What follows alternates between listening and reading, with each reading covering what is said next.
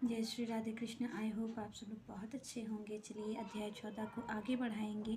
श्री कृष्ण क्या कहते हैं इस अध्याय में। तो यहाँ पर श्री कृष्ण प्रकृति के 3 गुणों पर चर्चा कर रहे हैं, जो कि सतोगुण, रजोगुण और तमोगुण है।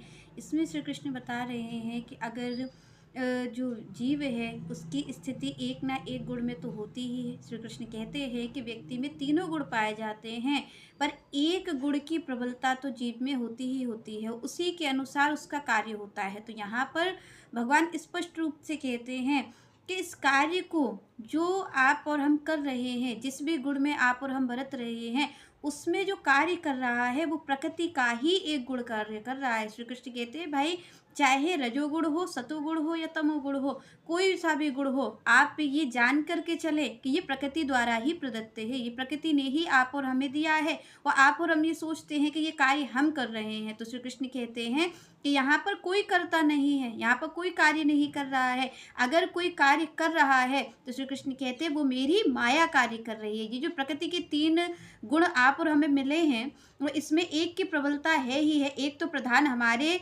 जीवन में दिखाई पड़ता है कि एक गुण हमारे जीवन में प्रधान है। तो यहाँ पर भगवान कहते हैं कि इसके मूल में क्या है, इसके मूल में आप नहीं हो, क्योंकि आप तो इस गुण को कर ही रहे हो। यहाँ पर भगवान ने स्पष्ट कहा कि कोई भी जीव ये जो गुण है, ये जो प्रकृति है, इसके बंधन को तोड़ नहीं सकता है। किसी की भी क्षमता ऐसी नहीं है प्रत्येक जीव की जो भगवान के इस बंधन को तोड़ दे, जो जीव माया के इस बंधन को तोड़ सके, ऐसी क्षमता किसी में नहीं है। श्री कृष्ण कहते हैं भाई कि यहाँ पर आपको प्रकृति ने जो दिया है उसके अनुसार तो आप और हमें कार्य करना ही पड़ेगा। और आप और हम जो कहते हैं कि भाई माया से पार जाना है, माया से पार जाना है, माया से पार जाना क्या है, तो यहाँ पर भगवान स्पष्ट कहते हैं भाई माया से पार जाना यही है कि जो 3 गुण हैं, इन 3 गुणों से पार जाना ही माया से पार जाना है। क्योंकि आप और हम इस गलतफहमी में रहते हैं, हमें ये लगता है कि अगर हम इस घर को छोड़ देंगे, इन व्यक्तियों का संग छोड़ देंगे, तो शायद इस धन संपत्ति का त्याग कर देंगे तो माया का त्याग हो जाएगा। पर माया बाहर से ज़्यादा अंदर व्याप्त है। इस गुण के रूप में भगवान कहते हैं, इन तीनों गुणों के रूप में माया व्याप्त ही है, और एक गुण की प्रधानता हर किसी के जीवन में है। या तो कोई सतोगुण में स्थित मिलेगा, या कोई रजोगुण में स्थित मिलेगा, या फिर कोई तमोगुण में स्थित मिलेगा। तो यहाँ पर भगवान ने हर एक चीज़ को बताया कि अगर आप सतोगुण में स्थित है तो आपको सुख की प्राप्ति होगी। यहाँ पर भगवान स्पष्ट कहते हैं भाई सुख की प्राप्ति होगी सतोगुण वाले व्यक्ति को, रजोगुण वाले व्यक्ति को दुख की प्राप्ति होगी। यहाँ पर भगवान ने स्पष्ट कहा कि जो रजोगुण में स्थित है उसको दुख की प्राप्ति होगी,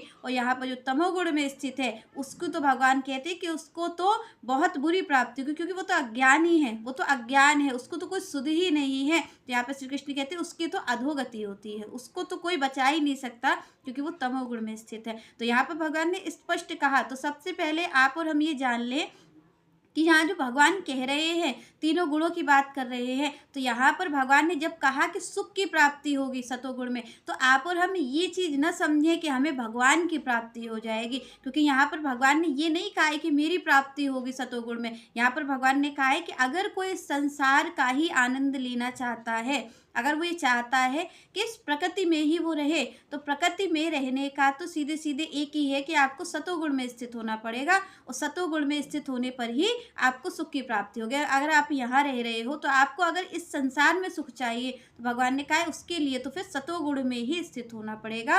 और सतोगुण का मार्ग कहाँ से जाता है? ज्ञान से। यहाँ पर भगवान ने कहा भाई जो ज्ञान होगा, जिसको वास्तविक ज्ञान होगा, क्योंकि भगवान की माया कैसे बांध रही है? मोह से ही तो बांध रही है। और ज्ञान क्या करता है? ज्ञान मोह का अंधकार ही दूर करता है, अंधकार का ही नाश करता है। तो यहाँ पर भगवान ने कहा कि भाई जब कोई ज्ञान के प्रकाश में होकर के इस संसार में रहेगा, इस संसार को देखेगा, तो भगवान कहते तब उसको सुख की प्राप्ति होगी। सतोगुण वाले व्यक्ति को सुख की प्राप्ति होती है, क्योंकि वो ये जो अज्ञान है, ये जो मोह रूप का अज्ञान है, इससे वो दूर रहता है, वास्तविक ज्ञान में वो रहता है, इसलिए उसको इसी संसार में रह करके सुख की प्राप्ति होती है। तो यहाँ पर भगवान ने कहा कि भाई अगर इस संसार में सुख चाहिए है तो सतोगुण में स्थित होना पड़ेगा, और सतोगुण का मार्ग जाता है ज्ञान से। भगवान ने कहा भाई ज्ञान में स्थित होना पड़ेगा, ज्ञान के प्रकाश में। क्योंकि आप और हमारे अगर हम भौतिक नेत्रों से देखेंगे तो भौतिक नेत्रों से तो ये संसार ऐसा ही दिखाई पड़ेगा कि कोई सुख देने वाला है, कोई दुख देने वाला है, कोई आपका अच्छा करने वाला है, कोई बुरा करने वाला है। गुण और दोषी हमें दिखाई पड़ेंगे अगर हम भौतिक नेत्रों से देखेंगे।